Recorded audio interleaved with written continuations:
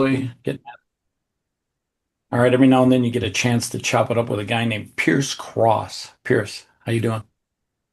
I am pretty good, thank you. Yeah, it's late afternoon in West Yorkshire, so it's I'm doing good. How are you Get up today, at Chris? 4 o'clock, 3 o'clock. 5 o'clock now, yeah. Oh wow. Is it dark over there already? Because right now, um, yeah, I was gonna say right now around 5 o'clock here in Vegas, it gets dark like crazy because of the whole fall back thing. Yeah. So it's dark now.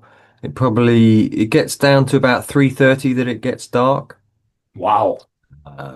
In winter, so kind of solstice, winter solstice.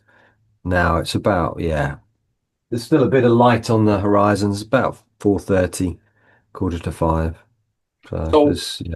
I promised you we'd do the greatest 8-minute podcast in human history. Talk a little bit about what you do. So I am a coach. I run a company called Compassionate Leaders Global. So I work with leaders, teaching them about emotional intelligence, compassion. I'm also a documentary producer. I produced a film this year called Boarding on Insanity, which is I love that. I mean, I talking love the about, name. yeah, thank you. Yeah, it's about basically so many of our global leaders have been to boarding school, from Donald Trump to Mark Zuckerberg to the former FBI director to Really? Boris Johnson, Rupert Murdoch. They've all been to these institutions, and the research shows that they're very damaging and they basically can affect us developmentally, cause trauma. And the question of the documentary in my work is, well, what's the impact on the rest of the world? Well, Trumpy became president. That's one impact. I think he's had a pretty big impact. Yeah. And Boris Johnson, David Cameron from 1997 in the UK through till 2022, probably 19 years out of those 26 years were boarding school led leaders who were in charge. Yeah. So, What are yeah, three things that you've learned by doing your podcast? that boarding school is damaging Yeah. and that all of the experts basically agree. I spoke to one of the leading clinical psychologists globally. He's published over 300 papers, 30 books, and he says boarding school is a ridiculous psychology. And he went to boarding school himself. So three things I've learnt. Another thing is just about leadership. Leadership's changing. It's moving from the command and control, you do as I say, to, yeah, love, to emotional intelligence, to compassion. And the third thing I've learned is that people are so courageous. So many have shared their stories. Charles Spencer, Princess Diana's brother, he came on and shared his story of abuse. And it's just, yeah, the courage people have to actually face up to their trauma. Interesting.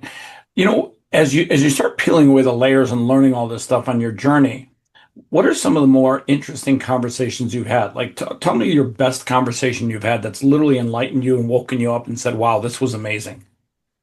I think it's difficult to put my hand down on one thing.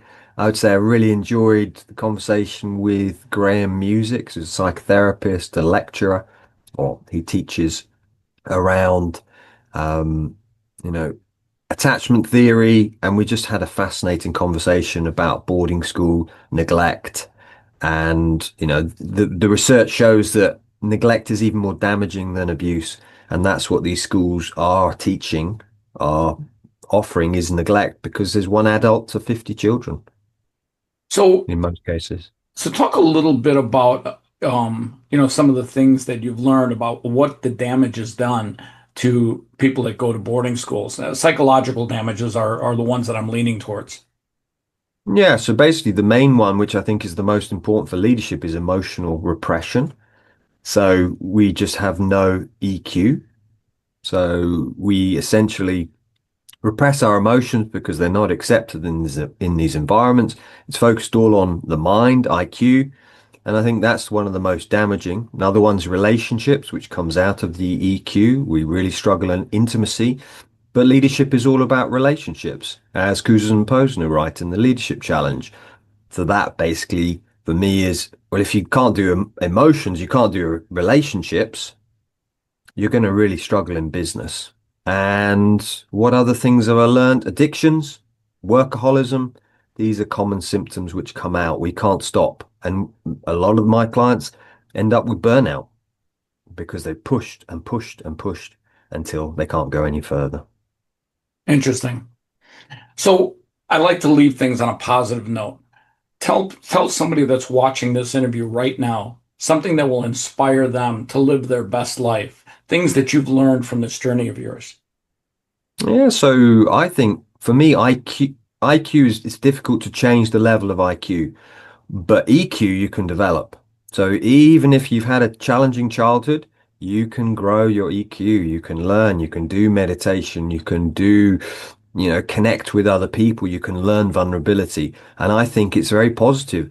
It's certainly coming from the US, from you guys, that leadership is changing and that needs to flow out to the rest of the world. So I think it's very positive. I agree.